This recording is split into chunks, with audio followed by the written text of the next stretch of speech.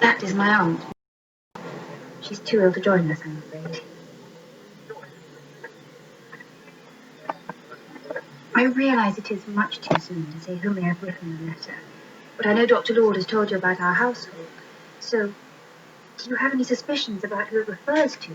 This interloper? There is no need for me to suspect, mademoiselle. The writer has made it quite obvious. How? Alors, the phrase white as snow, it is most obvious. But certainly it is used deliberately. So tell me, mademoiselle, who was it that had the little lamb whose fleece was white as snow? Mary.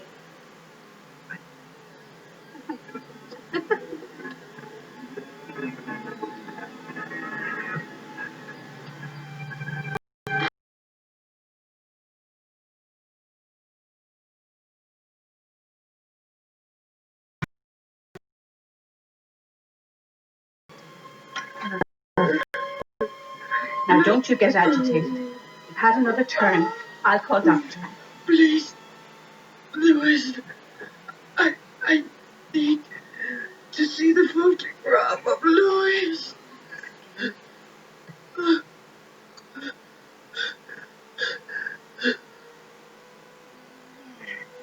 Please, I can't open your private things. I must get the doctor.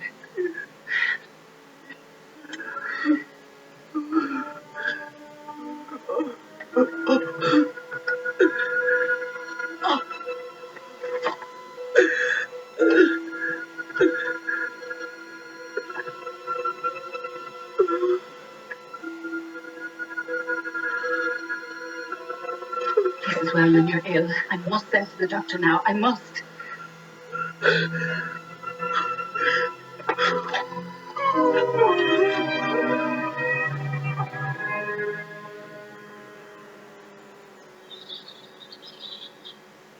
It's all right. Keep calm. Don't excite yourself. You want somebody to come? Your lawyer. You want your lawyer to come? Provision. You want to change something in your will, Aunt Laura. Related to Mary. Mary Gerard. I'll call the lawyers and sentence should be here directly. Please don't worry yourself about it. That's right. Rest now. It will be done.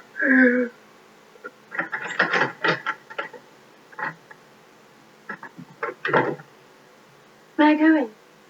Oh, yes, of course. The doctor is there.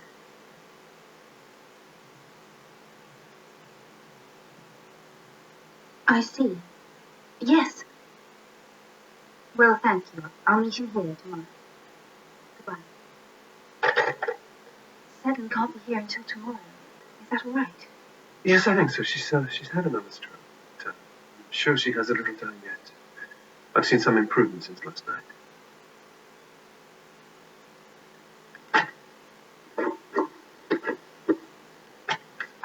Have you lost something, dear?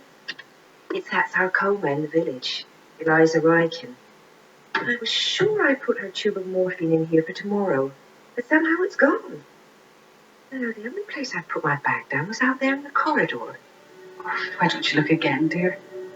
Nobody here will take that. No, it's gone. Now your work is done. I thought you'd be singing, Clara.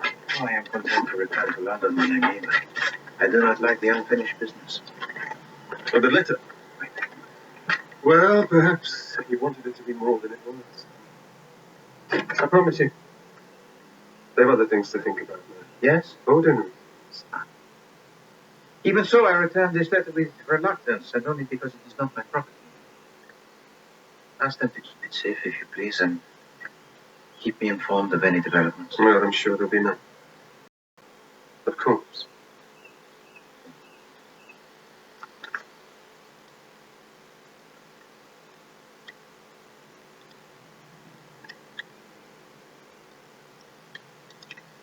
There's no sense in hanging on to it.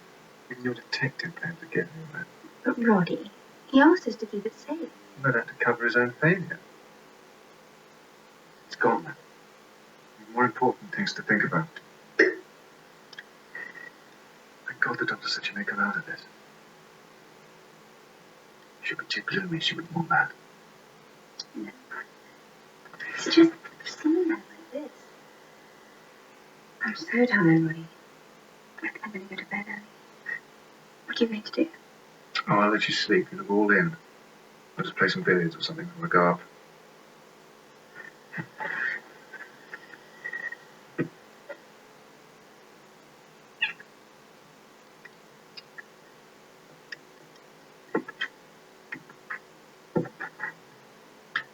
Eleanor, Nurse Hopkins is happy to stay tonight and take over from Nurse O'Brien, but she would like a word. Oh, thank you, Mary. Are you off home now? Or? Well, I'd really like to stay. Of course. If you want to stay close by, you can use the room at the end. My aunt would like that. Thank you. Good night.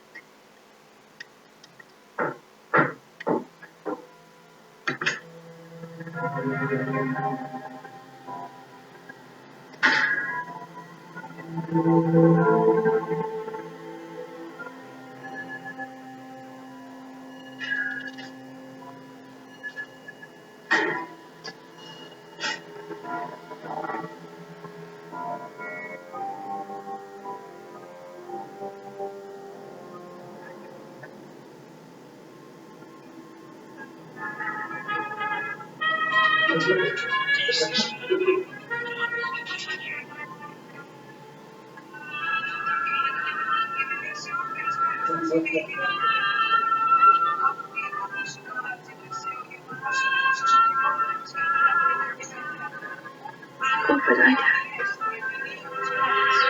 I don't know.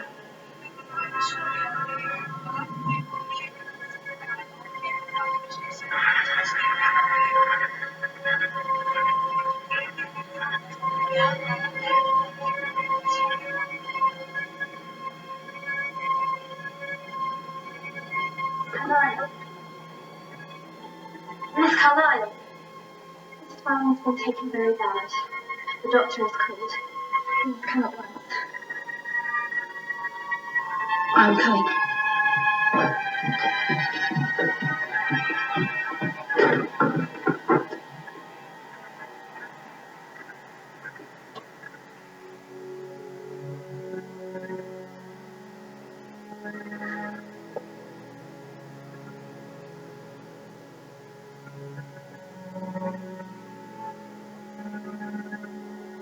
I'm very sorry. Would it have been painful? No, absolutely not. Sometimes you have a sudden relapse like that. Very quick. And in its way, it's a mercy. You must take all the consolation you can from that.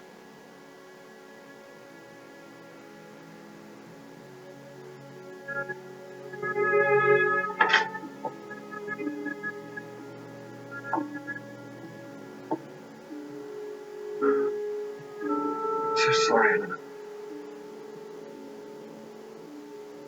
But thank God for it, I say. I couldn't have borne seeing her lingering on in the state she was in tonight. You saw her tonight? Oh, yes. I left the cards and looked in briefly while the nurse was getting tea. She was lying there, breathing so hard. I hated seeing her like that. It's probably why I felt so strange all evening. I wasn't really myself. No?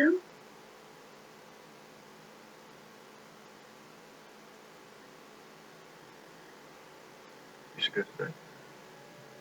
I won't come in and disturb you. Not tonight.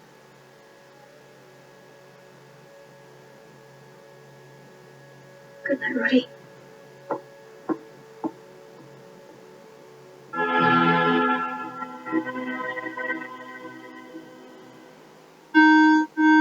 Missing alert. Ένας ενήλικος εξαφανίστηκε. Εάν γνωρίζετε οτιδήποτε, καλέστε στο 100 ή στο 116.000.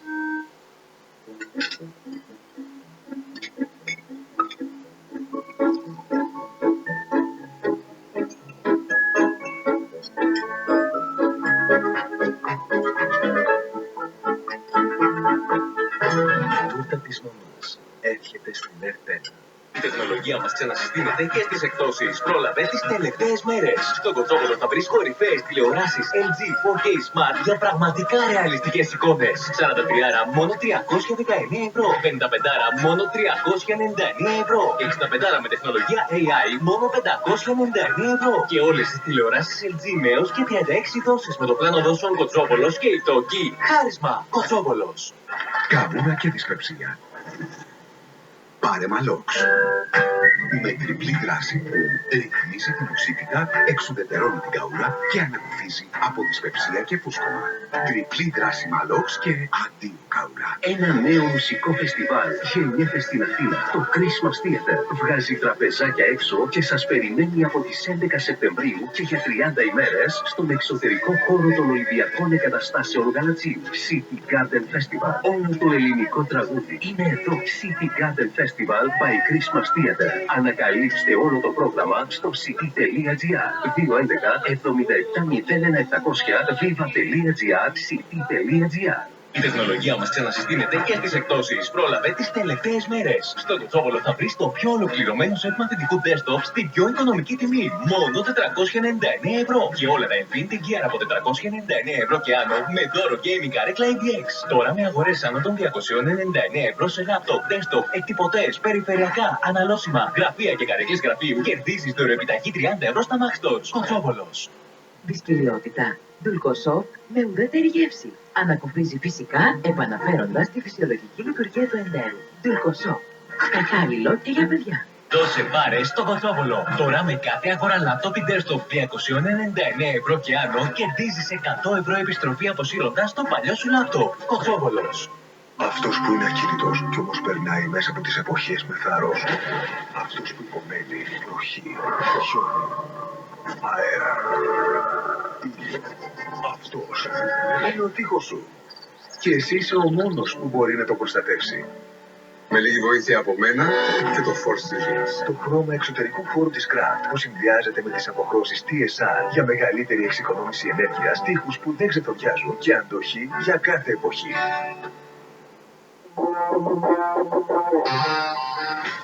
Στο τέλος αρχίζαν να μας βρίζουν.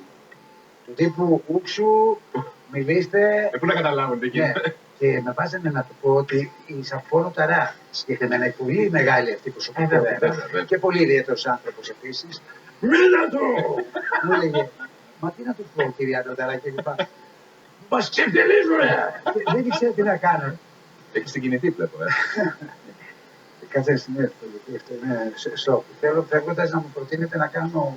Αυτός και ο άλλος. Αυτός ο άλλος και παράλληλος. Δηλαδή να μην μπορείτε να ζήσετε χωρίς εμένα. Αυτό το τέλειο πλάσμα θα μείνει εδώ για πάντα.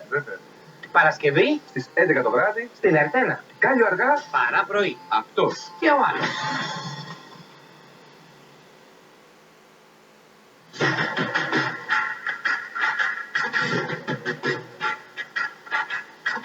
Ο τελικός κυπέλλου Ελλάδας 2020 στη ΔΕΚ.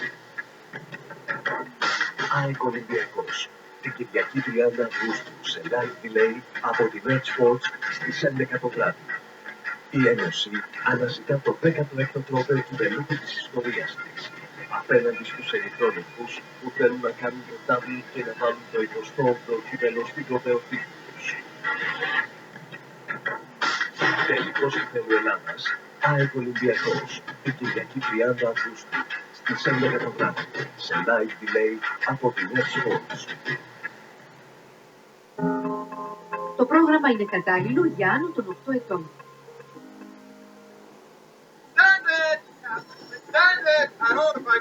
I'll have a time for you, please. Thank you very much. Ladies, just The British Library, if you please.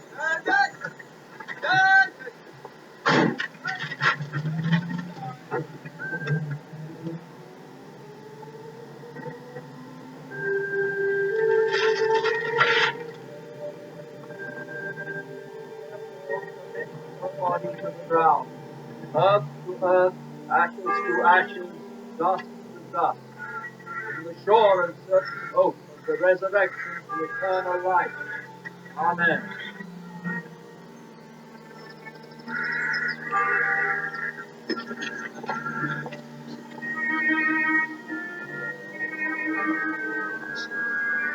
You came back just because of this. Yes, sir. It was quite sudden, but I was probably unduly optimistic in my diagnosis. Sometimes they change quickly.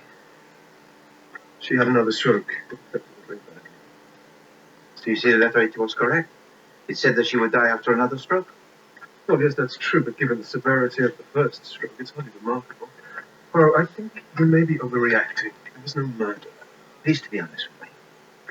In your profession as a doctor, this is your true opinion. Yes, it is. And I have to ask you to honor it as a friend. So you give to me no choice? I don't want to see people upset. When will you go back? I'm not going back. I intend to stay a bit. And perhaps we can play some chess.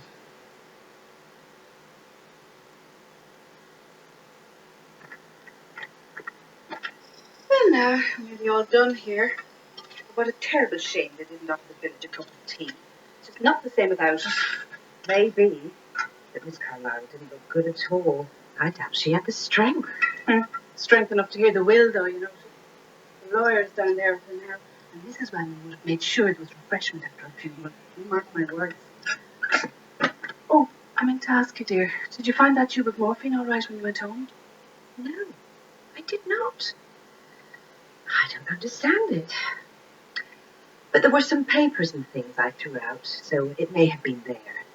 Yes, that must have been it. I wouldn't worry about it anymore if I were you, dear. Well, have to say goodbye.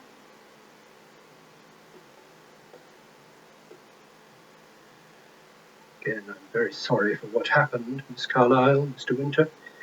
I count it a great pity she didn't summon me earlier. Mr. Seddon, it's perfectly obvious she wanted to alter her will. That's clear to everyone. She mentioned Mary, and she wanted to change it. Miss Carlyle, I can assure you of one thing. You are wrong in that assumption. There could be no change as such. You see, your aunt made no will. What? But that's extraordinary. Not, I fear, as extraordinary as you might think, Mr. Winter. People are often superstitious. They think if they make a will, it means they'll die, so they put it off. Didn't you reason with her? Frequently. She said all the usual things, that she didn't intend to die just yet. It's just human nature, I'm afraid. People will go on avoiding a thing in their personal life which is distasteful to them. So the upshot is very simple. Since your aunt died with no bequests, no will, no settlements or trusts, everything, including this house, goes to her next of kin, which of course is you, her niece, Eleanor Carlyle. Everything? Well, apart from death duties, the estate will still be substantial. No, Eleanor, you should have it all. I don't want you to think otherwise. It's your right. But Roddy, we said it didn't matter who was left the money since we were to be married. Do you remember? Yes. Are we? Well, that was the idea. Of course, if you've got other plans now. Roddy, can't you be honest? Something else happened to me. I do. It's Mary, isn't it? I saw you. God, no. Something happened when I first arrived when we were in the garden.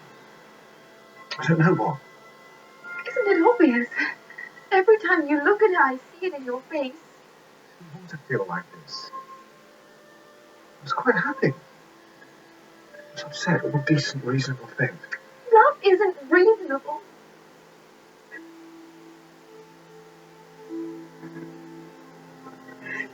You better take this back, Roddy.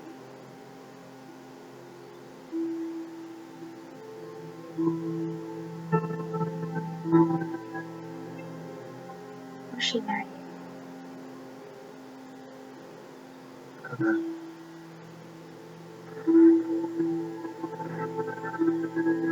I'll give it time. Take the fortnight in France. Clear your head. If you still feel the same after you're back, then that's the time to pursue it. I didn't deserve you. Even as a friend.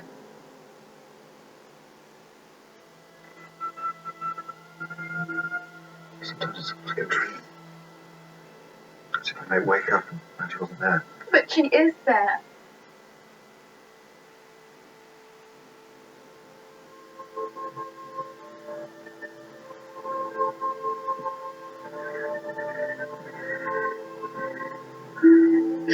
Damn you, Mary.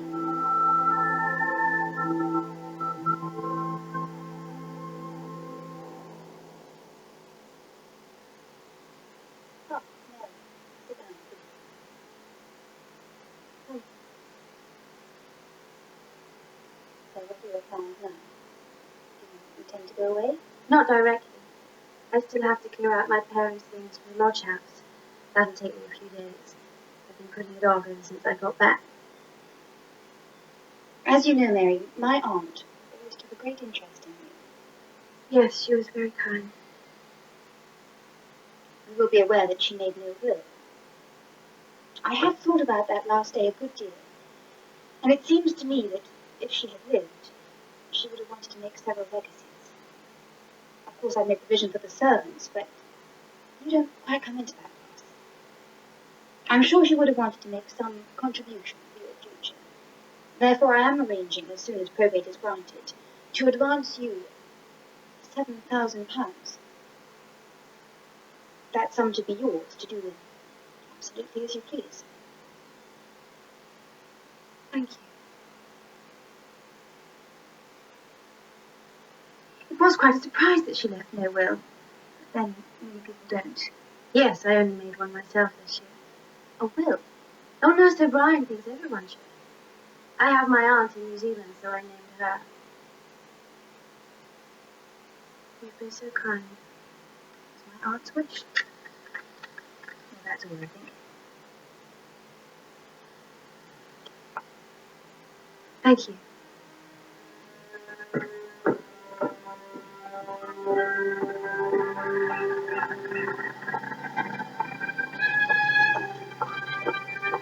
Bonjour, Mademoiselle Gérard. Hello. You in a hurry? Oh, well, I've just heard some good news and I'm on my way to meet someone. Very pleased for you, mademoiselle.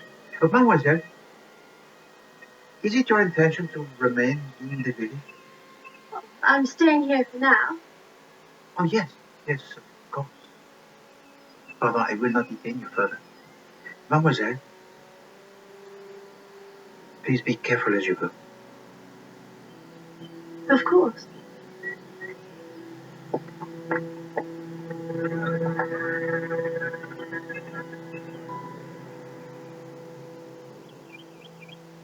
That's a great piece of luck for you, Mary. It was good of Miss Carlyle to do the right thing. She didn't look very pleased about it. Hardly surprising after what happened with you and Mr. Winter now, is it, dear? Nurse, what's going on? It's this. What's that to do? The whole village must be talking about it. I didn't lead him on. Ah, but has he made you an offer? The truth is, he's indicated. Oh, well, there you are now. Isn't that romantic? Oh, excuse me. I do hope it's all right.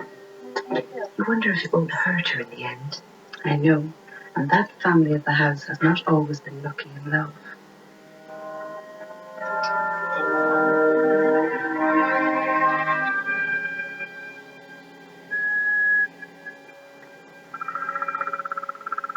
Mademoiselle Carlyle, you permit that I join you? Oh, yes, of course. I wish to speak to you of your anonymous letter. I do not yet know who wrote it. Oh, the letter. Wait.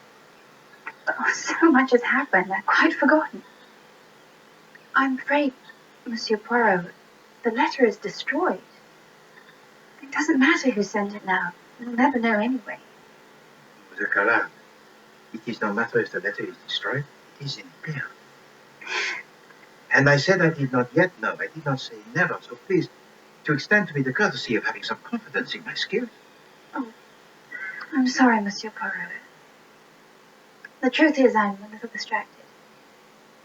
I'm sure you've heard that my engagement is ended. I'm sure the whole village is talking about it. Yes, of course, I was very sorry to hear it.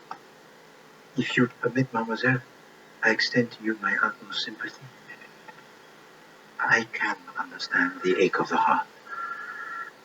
It is a place very lonely. Thank you. It's certainly hard when the accident of another person's return, another person's beauty, suddenly destroys your life.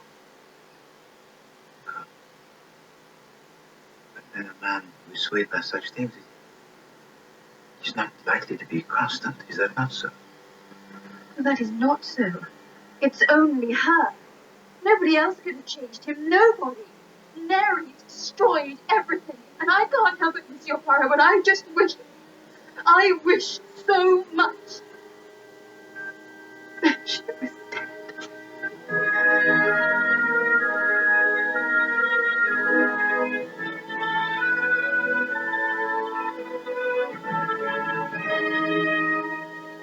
Come on, Poirot, drink it. You see, it troubles you also, my dear doctor. To the glass it is poured, it is perfect in every way, and yet I choose not to drink. I wait, and this troubles you. What are you thinking? About action that is uncompleted.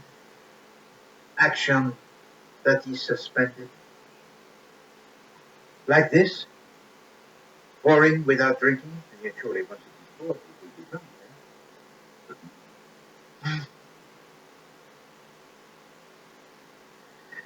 And it is the same here.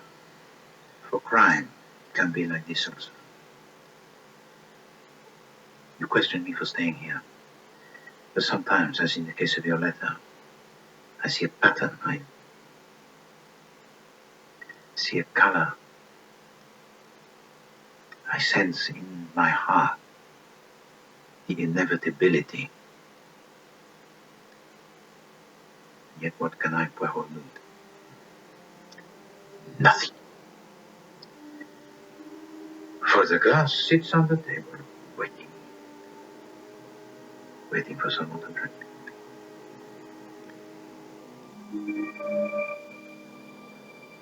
Me? The cook and the maids have taken a week, as you asked them, but I don't require time off. And you shouldn't be alone in the house. Not right. I just want to go quietly through my aunt's things.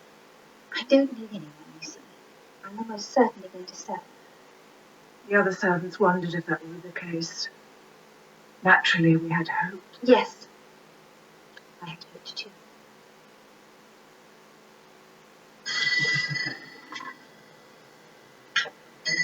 Miss Collard, what can I do for you?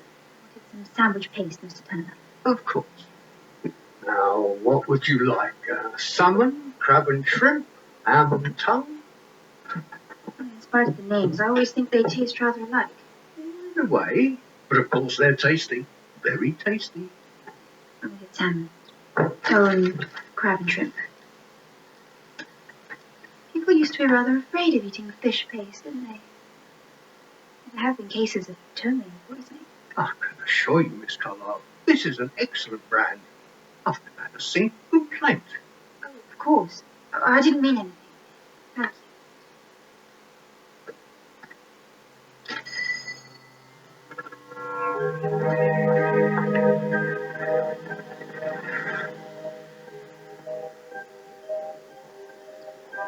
We best hurry, Mary. Miss Carlyle is expecting us for lunch. All right, that's the last of the living room here. Terrible. Have you come across any old gardening gloves in there, Mary?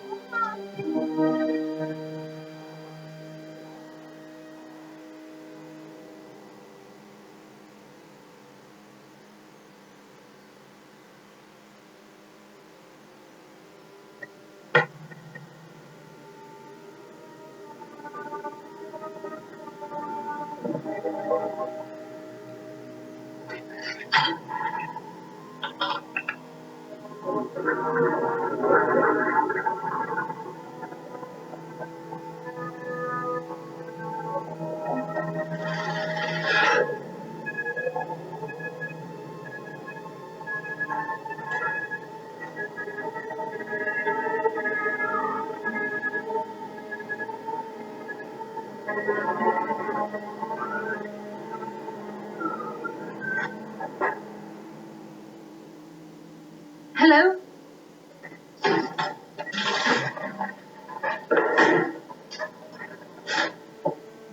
Sorry, did I give you a prize? I was just getting my other apron. Of course. I'm making sandwiches. I saw Mr. Winter in the village. Is he back again so soon? No, Roddy's not here. He's still abroad. Certainly looked like him. Maybe I'm wrong. Yes.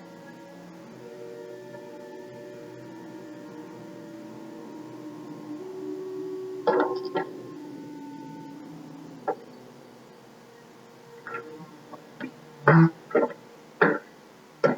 sorry, there seem to be rather a lot of flies around. The salmon is for you, Mary. It's nearest. Thank you.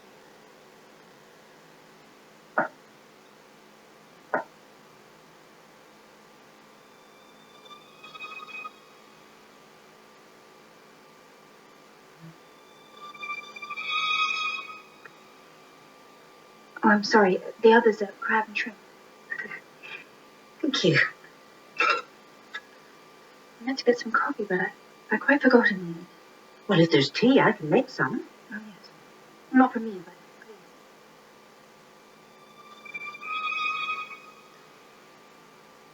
please.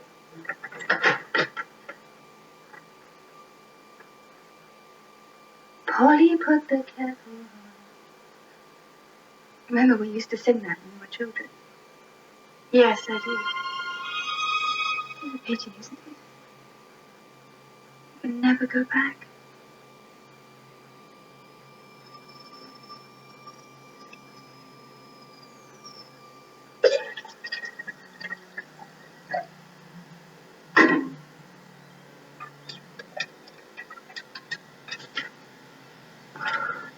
Here we are.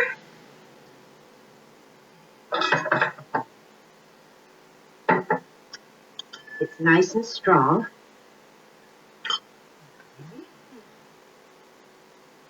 This was very thoughtful of you, Miss Carlyle. It's a nuisance to have to break off and go into the village for lunch.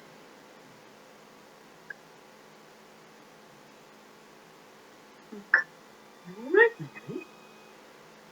Just the sandwich was rather bitter. I hope the paste was all right. Mine was all right. We have some more tea? Are you sure you won't have a cup, Miss Carlyle? No. Then I'll just go and turn up the kettle. I left it on in case we wanted to fill the pot up again.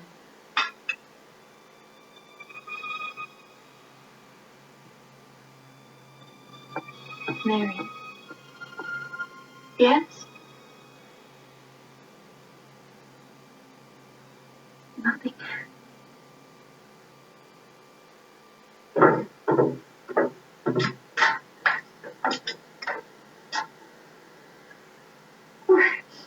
I thought I saw a man outside. Is there someone here?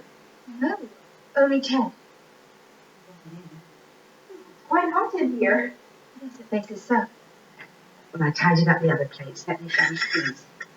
Thank you. Did you put yourself? Oh, no. Oh, it was the rose trellis. It's quite a jungle. I may have to ask Ted to help us. All right, Miss Carlyle. You're not looking quite the thing. Oh, well, I just want to get all this clearing done. I'll be up when I'm finished down here.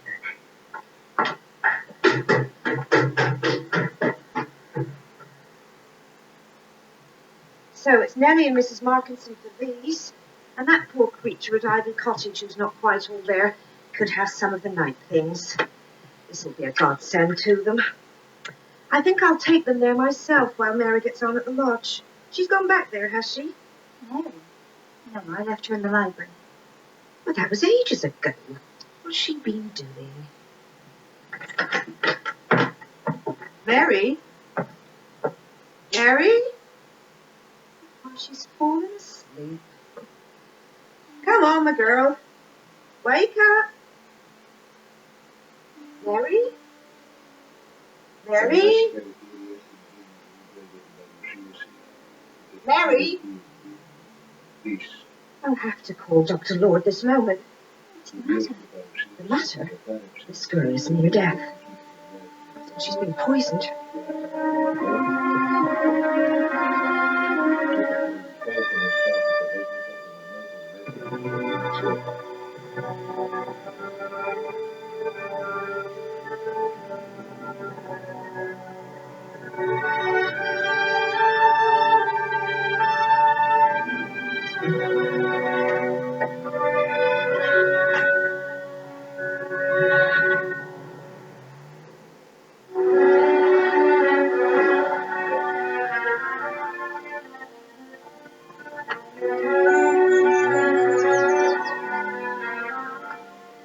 You have seen that Eleanor Carlisle has been charged with murder, yes?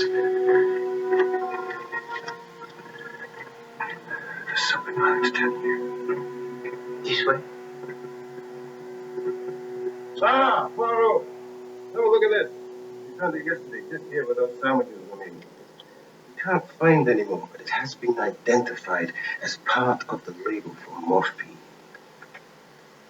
They shared the tea, so must be the sandwiches. Are you aware that the file of morphine disappeared from this house? What? Dr. Lord here just told me of it. It was in the bag of the nurse. I'm sure the nurse... So, Miss Carlisle had ample opportunity to take it and use it. And her motive was clear. She was distraught that her fiancé had abandoned her for the deceased. Of course, there are some difficulties, like the fact they all ate the sandwiches. It is scarcely a difficulty if you read the statements. Yes, they all ate the sandwiches, but the poison, it only needed to be in one. And the favorite of Mary Gerard, as Eleanor Carlisle herself testified, it was the salmon. Then that's how it was done. Then there's your anonymous letter. That doesn't really fit. Why not? Let us suppose that Eleanor Carlisle was most anxious about the return of Mary Gerard, for there is much talk of her beauty. And she knows that her fiancé and Mary were close in the past, and that they were bound to meet together here. So Eleanor Carlisle herself writes the anonymous letter, hoping to turn him against Mary. She wishes him to think that she is a girl out for what she can get. But it does not work. She loses him. And so she is driven to a crime, far more desperate. But how could she hope to get away with it? My dear doctor, I am describing a crime of passion. Poirot, how could you do that? How could you build a case against Eleanor Carlisle? She's not a murderer. How can you be so certain? So courteous. Wait, and I also saw her face. She is not capable of it. On the contrary, she is more than capable. That man in there has no idea of the woman. Do you suppose I was advancing the case to help him? Given the facts that I see here, any prosecuting counsel, any idiot of a magistrate will come to the conclusion that I have just advanced like that. And I think that it is fair to say that you are partial. I don't deny it. She didn't do this, please. I'm begging you, help me find the truth. My dear doctor, you ask for my help, but I do not think you have been completely honest with me. I still have my suspicions about the death of Laura Wayne, and I'm going to ask the police to exhume her body. And so I ask you again to tell me truthfully, what will they find? I don't know. But possibly morphine. Mon Dieu, I do not understand you. You told me otherwise. You made me hold back. As a friend, you said. Go, please. I never dreamt of such a thing. I thought that it was probably natural. But there was another possibility. I was aware that she might have taken it upon herself. You see, she'd often talked of it. Oh, I comprehend. You are playing the merciful doctor. As I say, she talked of it. Under such circumstances, I didn't wish to cause a scandal by insisting on an autopsy. Therefore, I must insist that you are now completely honest with me. You did not give her the drug at her request. I swear to you I didn't. I told her myself I have no wish to be hanged. I wouldn't do it.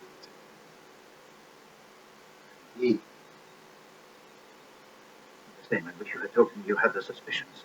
Because if you are right, It would be worse now for Eleanor Carlisle than even I could have.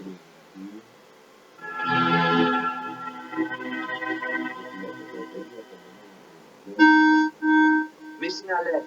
Ένας ενήλικος εξαφανίστηκε. Εάν γνωρίζετε οτιδήποτε, καλέστε στο 100 ή στο 116.000. Ένα χωριό. Ένας πλάτανος. Χαιρέτα μου τον πλάτανο. Χαιρέτα μου τον πλάτανο. Αυτό. Μία κηδεία. Ποιος πέθανε? Καμία συνεννόηση. Χαιρέτα μου τον πλάτανο. Έρχεται στην Ερτένα.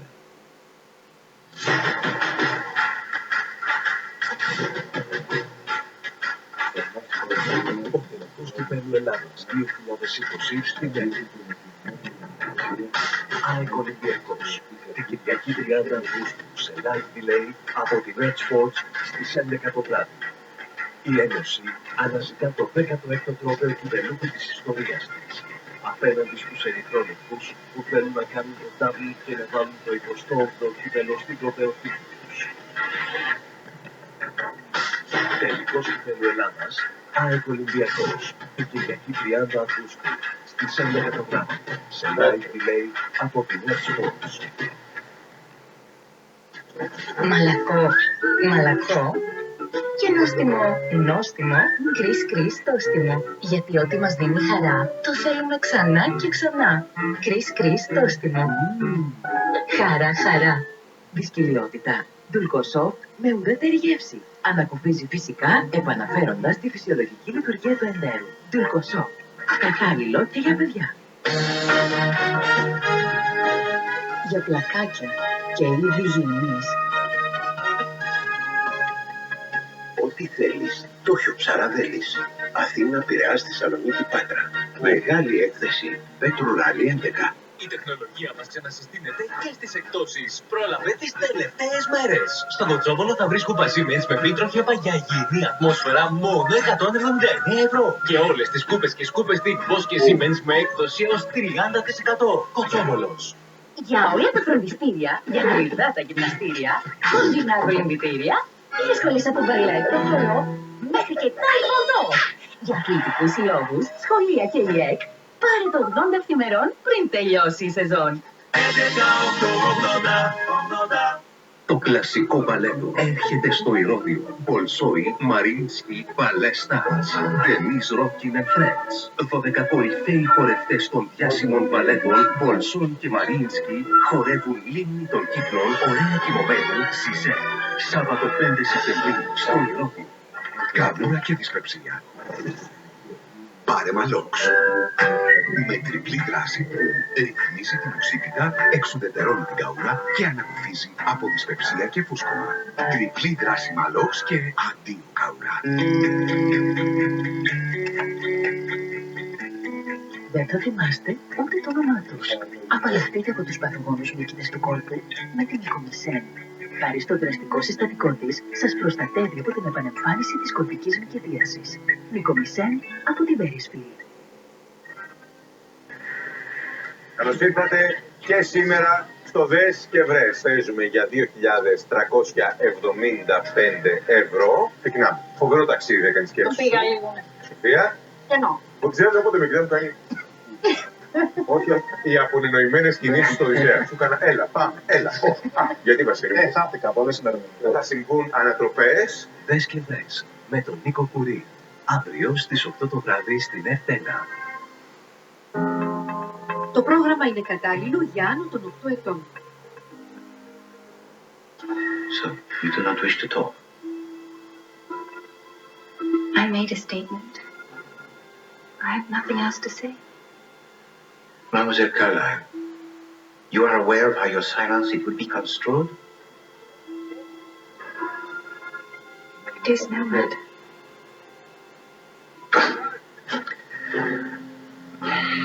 It's such a shock, I can tell you. Now, we'll have some tea. Like I told the police, Monsieur Poirot, Miss Carlyle was so strange, very strange in her manner. I'd thought it for days, but that afternoon she was downright odd, talking as if she didn't know what she was saying, and Her eyes so bright and queer. And you said that but she looked guilty? Oh, yes, she was trembling before and afterwards. It was as if she'd been caught out. And those sandwiches that she made, did they look the same? Or they were not on different bread? No, definitely not white bread. Looked very much the same. But Mary had the salmon and we had the crab. When I think of how poor Mary was when we found her. She was one of the most beautiful girls I ever saw, Mr. Poirot. And not stuck up as she could have been. The old lady had taken a tremendous fancy to her. Surprising, perhaps. That depends. Might be quite natural in one way. And surely it does an elderly person good to have a young face about. I see. And there's nothing else, sir? Nothing else at all that you can tell to me about Mary Gerard? I don't know of anything.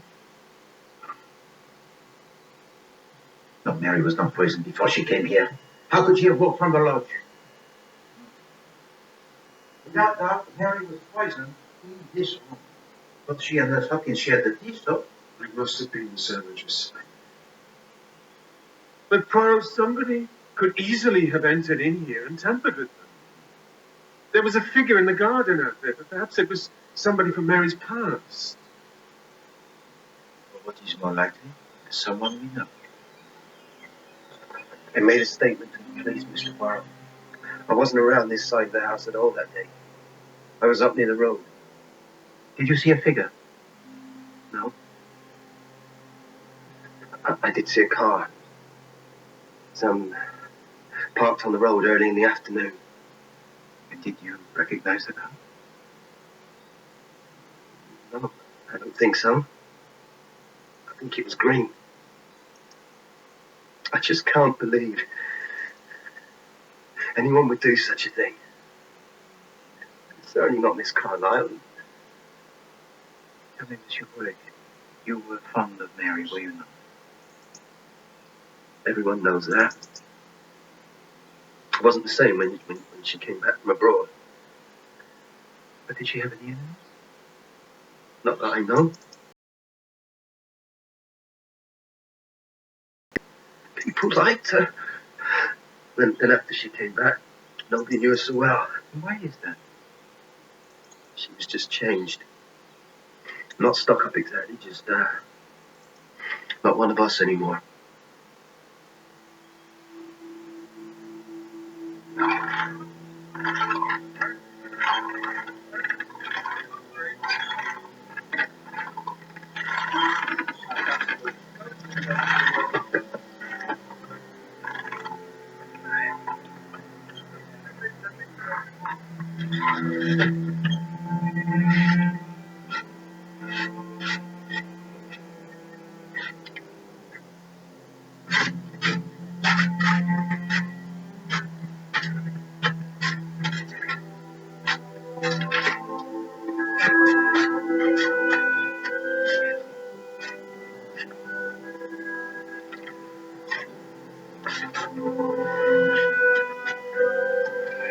This is for Mary. How she is in her grave and all the difference to me. Wordsworth, I read him much. This poem expresses perhaps what you feel. Yes. I suppose it's widely known what I feel. Pardon, please forgive me, Monsieur Winter. There are certain things one should not say, but nevertheless a detective, he is forced to say, to ask about the feelings of the patient. I'll tell Eleanor, Poirot, ask what he wants. Yes. You returned home early from France, I believe. You were seen here on the day of the murder. Yes, all right, I did come back. I didn't want Eleanor to know. You see, I decided to ask Mary to marry me. And you saw her? No, I didn't. Said she wasn't expecting me, so I decided to wait. Certainly wasn't going to barge into Hunterby. waited here, close to Mary's lodging. And of course, Mary, she never came. Saw an ambulance, police cars. People were talking. I overheard what they said. Couldn't face anyone, so I took a train back into town and waited for news. I learned she was dead. I felt like... You do not think Eleanor did this? No, of course not. The fact that they dragged Eleanor into this makes it even tragic. So if she escapes the gallows, you will reconsider your engagement? What do you think I am? Of course not. It has ended. I'm going to be all right. She's a very decent person. Better than you? Is that what you were going to say?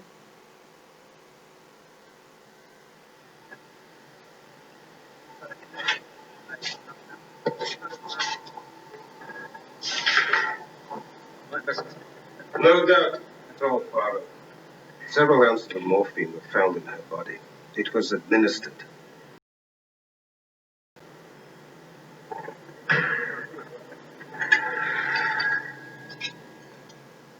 You're very kind, Mr. Poirot. I am happy to answer your questions. Of course, I heard about Mrs. Wellman. What a terrible thing, too. And you had no suspicions at that time? Not the least in the world. So tell to me, if you please. Did anyone else enter the room of Madame Wellman that night, other than Mademoiselle Carlyle? I never left her side, except when Miss Carlyle came in. She was so bold and clever, that one. So why would she have wanted to do it? For the money. That's why. She knew quite well if she didn't do it, every penny would go to Mary Gerard, and that's the truth. So Mary Gerard was a girl who was scheming and clever? No. Oh, that's a terrible thing to say. Mrs. Wellman adored her. She was a very sweet girl. But not one of them. Pardon? She was an only child. Is it possible, perhaps, that she could have been adopted? What? No, certainly not. I must say, this is a lovely cake. She made a will, is that correct? Awful. Awful to think of it now. Nurse Hopkins and I advised her it was a good thing to do. We thought she should, since she had expectations. I wish we'd never mentioned it now, I do. So the £7,000 could go on. She has no other family here? Just her mother's sister is nursing out in New Zealand. I've written to the old lady. And what a terrible shock it will be, too. So will Miss Carlyle be hanged?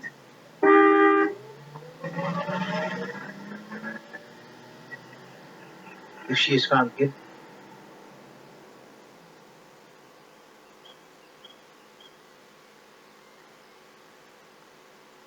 Mrs. Wellman, whose money went to Eleanor Carlyle, was murdered by morphine.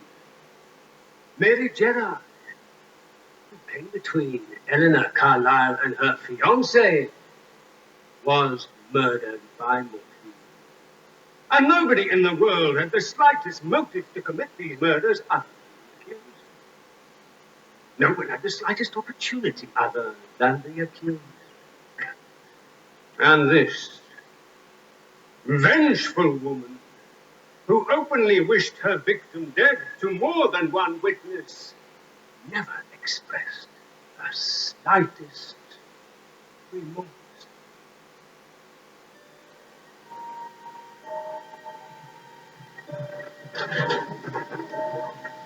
Gentlemen of the jury, what is your verdict?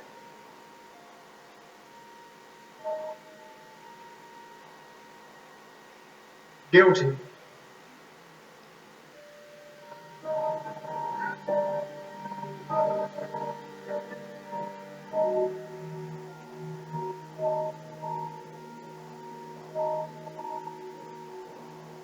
Eleanor Carlyle, you are sentenced to be taken hence to the prison in which you were last confined, and from there to a place of execution, where you will be hanged from the neck until death. And may the Lord have mercy upon your soul.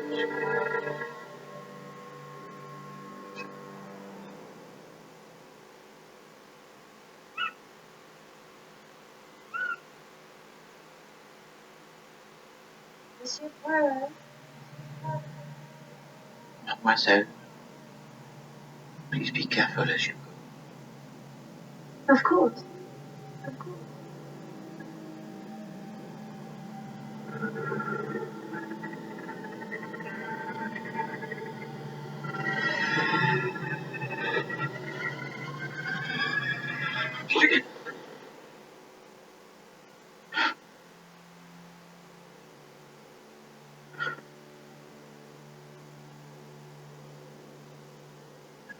I will admit I have not been sleeping very well. But last night finally I slept. And I dreamed. I dream of the victim. As she was at first, on the street outside of my hotel. A girl so lovely, the favorite of Madame Werman. A girl who is liked by everyone, and yet she's still a mystery.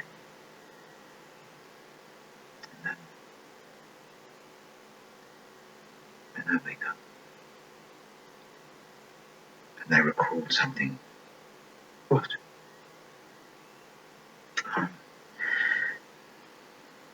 It is a detail. In fact, it is half a detail, 1/20th of a detail. But yes, my friend, it worries me. Something that the nurse Hopkins said concerning Mary. What about her? Yes, what about her? What is behind her? You're not making sense. And suddenly I see that there is something that the good nurse Hopkins she does not wish me to know. That she thinks has no bearing on the crime. But I believe that it may. Well, surely she would realize that. My dear Nurse Hopkins is a woman of high intelligence within her limitations, but her intellect is hardly equal to that of mine. She might not see it, but Hercule Poirot, he would. And suddenly there raises in my mind so many questions. No, I was right before. Something here is crooked. But, Doctor, time is short. There is something I need from you. It is a book. How does he call itself? A book which describes the various medicines you prescribe? A formulary? Oui, c'est ça. I must borrow it.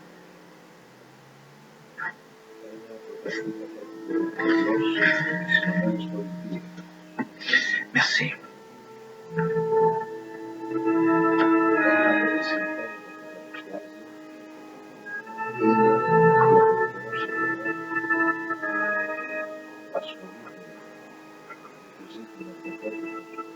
When I visited you before, I said it was surprising how Madame Werman favored Mary Gerard. You said it was only natural.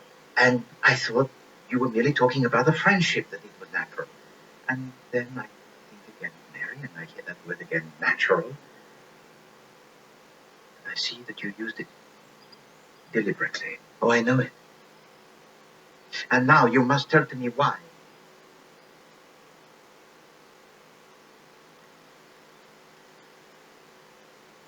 Nurse O'Brien and I had both heard the old lady crying out about something in her past. There was a man called Lewis. We both knew there was much more to it than that. And then I found this in the lodge after Mary had died.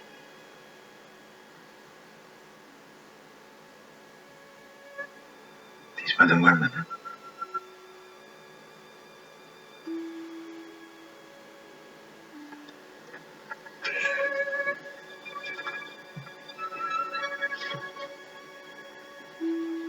And the baby.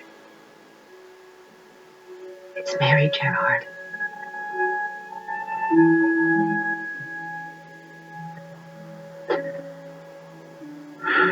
So Mary was the illegitimate daughter of Madame Werman. It's a sad story, as you'll see from the letter. The man couldn't marry her. He had his own family. Some time later, he was killed on the Western Front. The Gerards had no children. Mrs. Wellman went to Scotland and took Mrs. Gerard with her, where the baby was born. Naturally, she paid for Mary's schooling and told them she would provide for her. But she couldn't admit the truth. She had to avoid the scandal. But at last, Mary becomes clear. What sadness.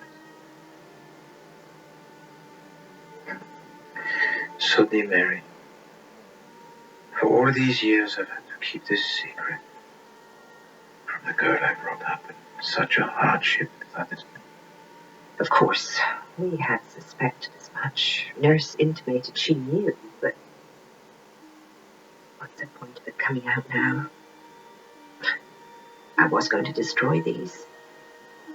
As I said before, Mr. Poirot, let the dead rest in peace. No. Not when one has to consider the living. Mademoiselle Palmer, you would say nothing before. But now I know a little more. And I want to help you. I believe I can. But you must answer some questions about that day. I beg of you. Is there any Purpose? Yes, of course, there's a purpose. Please. Now just tell it to me from the very beginning. Firstly, why did you give time off to the servants? I was upset. I wanted to be alone. And when you made the sandwiches, did you see anyone outside? Right, then you went to sort through some things of your own. Did you discover anything that affected you, or any private matters concerning you? What? No. Right, then you took Mary and Nurse Hopkins into the library where you gave them sandwiches. What was Mary doing when you left her? She was on the sofa. She seemed normal. Each detail affected me.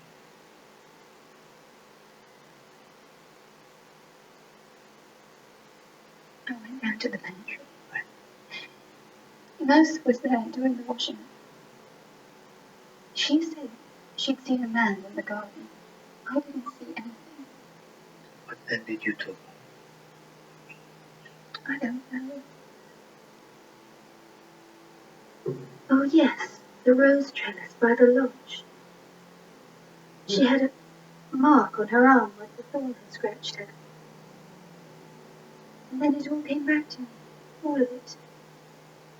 How when we were children, Roddy and I kept having this quarrel about the War of the Roses. He liked the white rose. I said they weren't real, because they didn't even smell. I preferred red, because they were big and dark and smelled like summer. And I realized something, yes, I did. There was no reason to kill Mary. Because Mary would never stayed with me.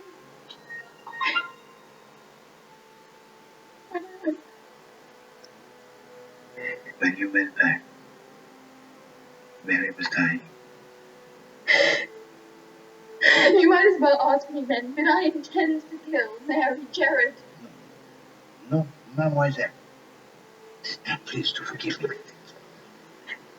I have very little time. You have talked to me all that I need. And there are some things I still do not wish to know.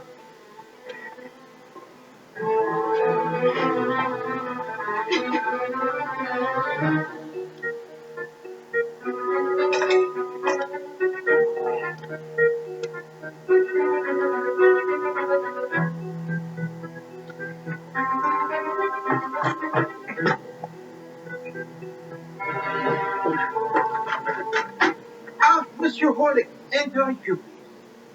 Sorry, Mr. Poirot, there is something I need to say in private. Monsieur Horlick, you see before you a miserable animal who has been a triple imbecile. I am 36 times an idiot. Forgive me, but I have discovered something in a way that is most painful. Hideously painful, but very important. No, pardon, ça suffit. No matter, please, to say.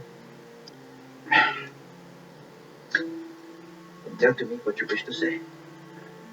It concerns Dr. Lord, sir. If you do not agree, I will go higher. I wish you to take this matter with the utmost seriousness. I will do what I can, sir.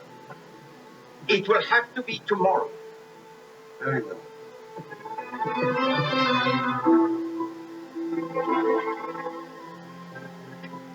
Poirot, you realize we have less than a day and a night. Why did you ask me here?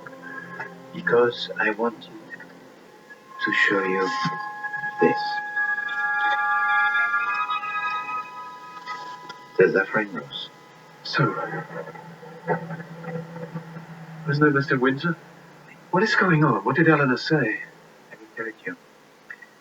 She told me of a quarrel a long time ago, and how she and Monsieur Winter were on different sides. And it made it very clear to me, mon ami, how she fell in love a long time ago with a man who could not return her feeling. And so, Doctor, I began to see through all the lies that had been told to me.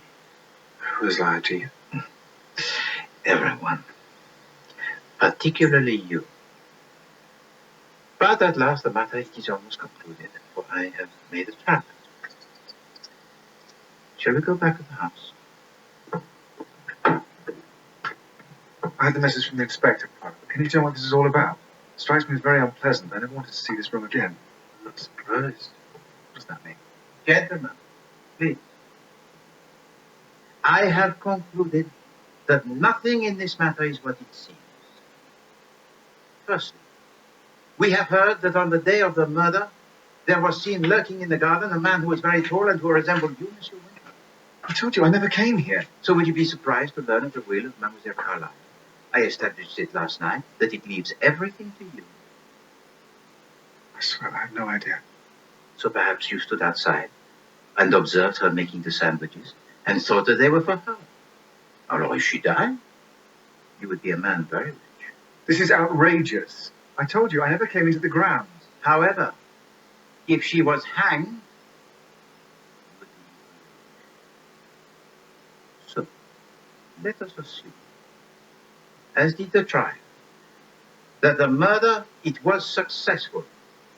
It is easy to imagine you or another being aware that Eleanor Carlyle intended to invite Mary Gerard here, and also to know that the preference of Mary was for the salmon paste. Now, both of these things, they were well known. Are you including me? I include everyone. Now, this person has the file of morphine, and the chance it comes. And this is what he finds. The sandwiches. One of salmon paste, the other two of shrimp and crab. Our murderer approaches the sandwiches. And at once he observes that the color and the texture are identical. So which one is the salmon paste, then?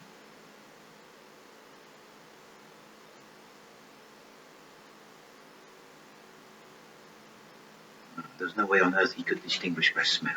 So what can this person do? I am afraid that there is only one thing he can do. He tastes.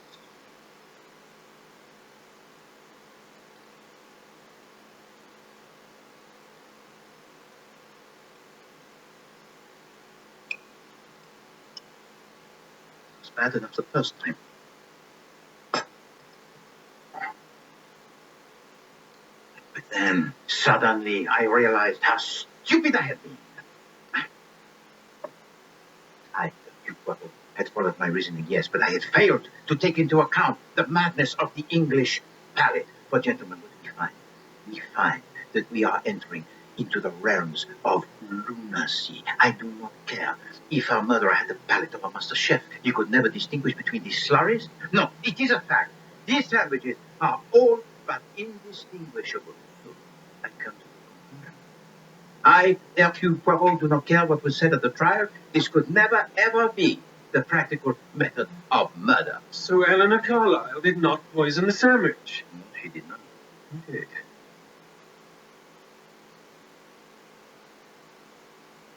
Nobody. You say it was an accident? No, she was murdered. But not by these disgusting sandwiches. I said just now that everyone had lied to me. Oh, for example, the man that Nurse Hopkins saw outside here. She was lying? No. Indeed, she was not. And you know that, Dr. Law, because you are aware of who it was. It was you. Monsieur Hollick recognized your car, but did not want to say so in front of you. So last night he came to the hotel to tell it to me. So here is yet another lie. But why? Was it because you feared for Eleanor Carlyle? Was it your heart I could forgive? Or something much more sinister? All right. I would have done anything to protect her. I was just a fool to think I could deceive you. Well, either a fool or something worse. Please to remain, I will return.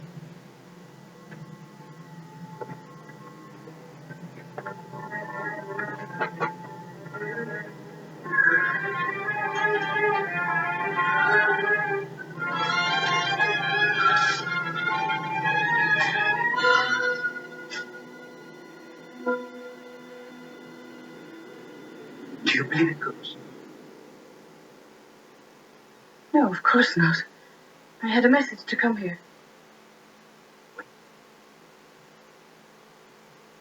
As you know, someone entered this room on the last night that Madame Werman was alive and gave to her the morphine.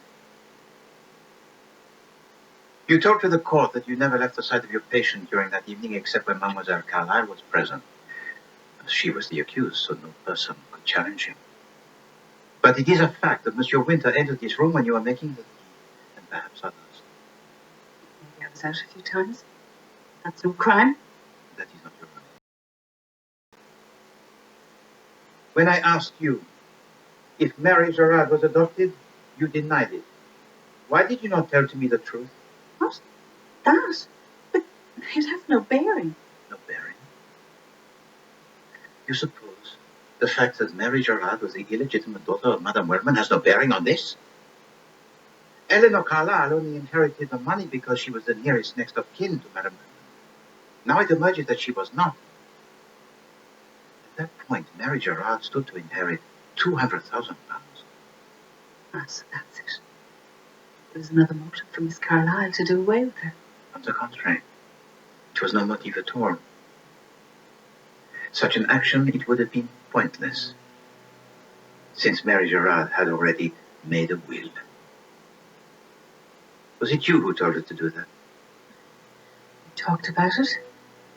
What are you saying, Mr. Poirot? That someone other than Eleanor Carlyle benefits from her death. This came to me yesterday. And then I began to think again about the anonymous letter. Designed to breed the distrust between Mary Gerard and Eleanor Carlyle, and suddenly the light began to dawn. About, amongst other things, New Zealand. Excuse me.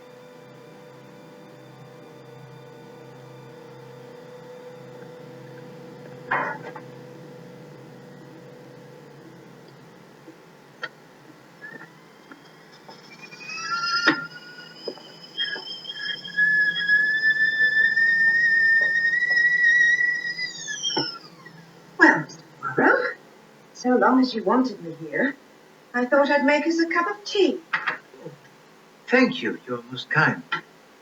And now perhaps you'll please tell me what this is about. The truth is, Nurse Hopkins, I brought you here to talk to you about this rose. It is a rose on the trellis at the lodge.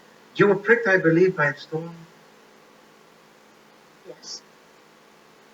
But as you can quite well regard, Zafran rose, it has no thorn. Well, then it was a nail from the trellis. I thought it was a thorn. It's sharp enough, too. Your tea. Merci. Quite so. A mistake.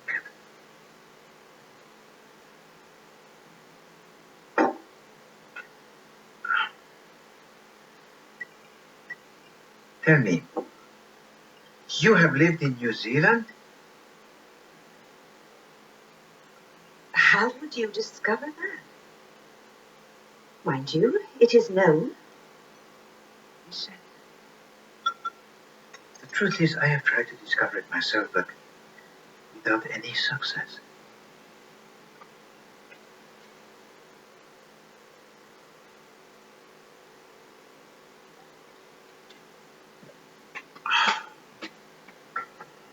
It little matters. But I did have a little more success in discovering your real name. Your first name is Mary, the same as Mary Gerard. And your surname is Riley, the same as her adopted mother. Poor Mary, she never guessed who you really were, did she? And that letter that you showed me, you never discovered it here at the lodge. No, it was a letter you received. You know, at the time I thought that the wording was rather strange. And so, dear Mary, I have had to keep this secret from the girl I brought up. So why would the writer address her daughter directly as Mary and then proceed to talk about her in the third person? Because it was not a mother writing to her daughter at all. No. It was a mother writing to her sister, confessing the secret of the true parentage of her adopted daughter. Oh yes, it was your letter, sent to you, her aunt in New Zealand. And this planted a temptation which grew. What temptation? The temptation of a big inheritance, and it was for that reason that you came here. You tried to stir up feelings against Mary with your poisoned pen, the anonymous letter. You killed Madame Wellman, knowing that she had made no will. You even tricked poor Mary into making a will in favor of a kind aunt in New Zealand, encouraged by the postcards and presents which you arranged. Oh, yes, she was named after you. And yet you killed her. Later you would have released that sad letter, ensuring that the settlement would change. And from a safe distance, claim your money. This is a strange sort of fiction, Mr. Poirot. But so long as you've finished your tea, I'll wash up.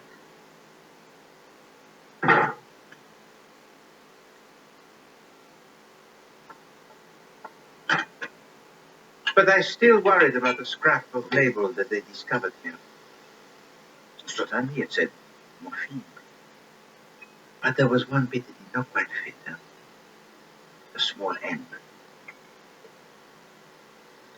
Why not the capital? And eventually I realized that it was only part of the name of the drug that they discovered. It was incomplete, and not one for morphine at all. And I searched and searched. And at last I discovered a drug of great interest. Apomorphine. An emetic. Yes, an emetic, Mr. Poirot. Apomorphine makes you vomit. You swallow poison, and inject that, and you vomit quite enough to expel the poison. So it was the tea. You poisoned it. You drank it with Mary. And a little while later, Eleanor Carlyle found you with a prick from the needle in your arm, standing over that basin where you had been so sick. And now I have to do it again. The poison's safely washed up, though luckily I have much less than you. Not morphine this time. Something nastier. But nobody will quite know how it entered your system. And there's no trace of it. Oh, but my dear lady, there it is. You see,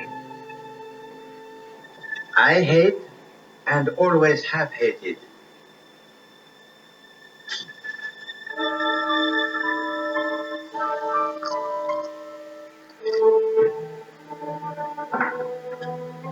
And here is your emetic. I removed it from your bag. Give me that.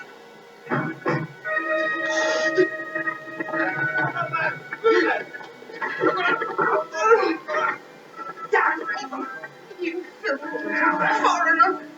There was no way they could have found out that. Poirot, come now. We have a car waiting. We need to hurry. There's no time to waste. And Dr. Lord also, if you please. I think you will be needed. Monsieur Winter?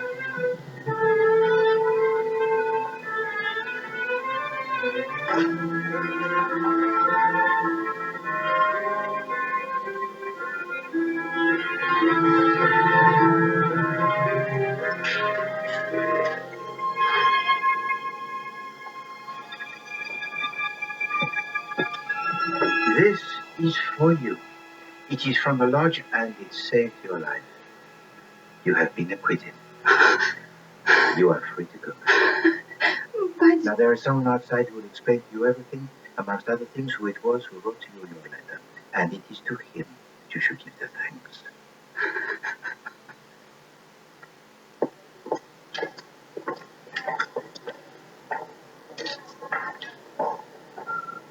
Monsieur Poirot, you know what I told you. Mademoiselle Carlyle, one thing in death is no crime.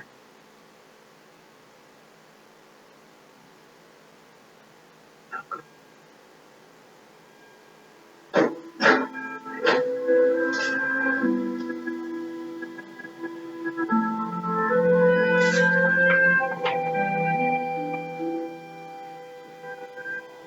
May I take you out? Yes.